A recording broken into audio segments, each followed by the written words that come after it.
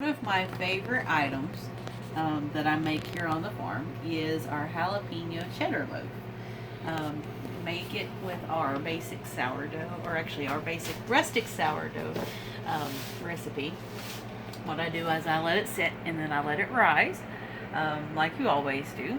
And then I take it, and then I take and half it and take this little round I've got right here, and then you want to knead it after you take it out, after the first rise.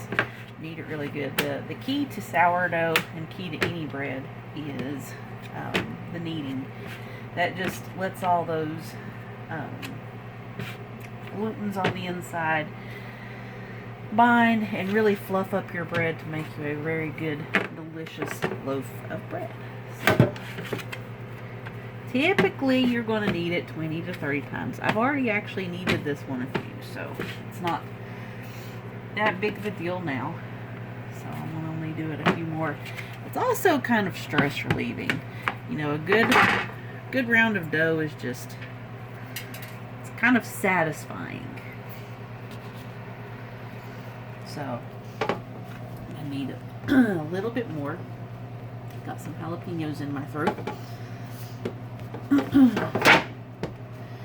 Now, what I do for my specialty breads, I mean, there's a lot of ways you can add ingredients to it.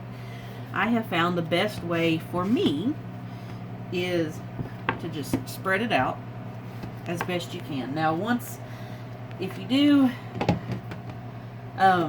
all the kneading, it's going to make the dough just come back together, just like that. So if you do this without so much kneading, then you can do this a little bit easier. So we're going to do the best we can with what I've kneaded. Now, we've got some pre-cut peppers over here. I've got some orange spice jalapenos and some Degato jalapenos. Spread out around there. Orange spice are actually hotter than your normal jalapenos. The gatos are actually a little bit milder than your normal jalapenos. They're both very delicious. They both still really taste like jalapenos.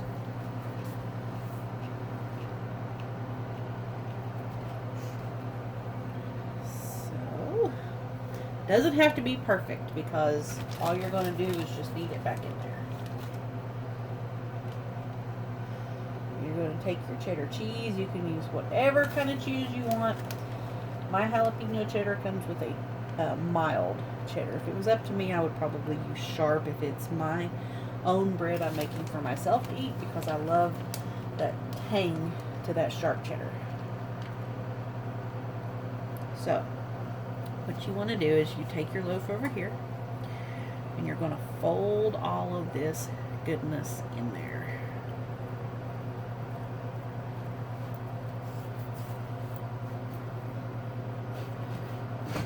Now, I like to fold it in again a few times. Now, as you do this, sometimes you end up with some of your inside ingredients coming out. And that's okay, because it actually makes a really, really pretty loaf that way. So you see, as you knead it, sometimes that comes out. And that's okay. It's not going to hurt anything. It's going to make it prettier.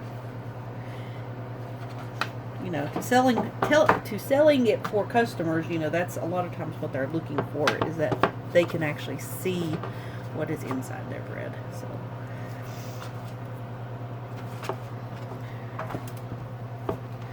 and you have some fall out sometimes. You just can stick that back in there.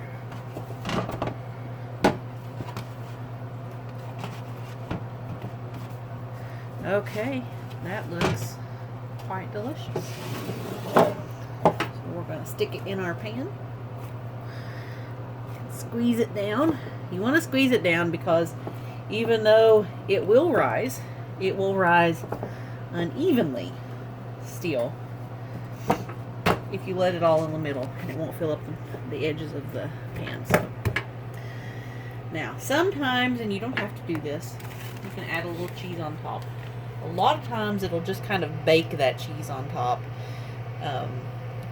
So what you're going to want to do is try to squish it in a little bit, because if you don't, it's just going to burn and fall off in your oven and just crisp and make a mess everywhere. So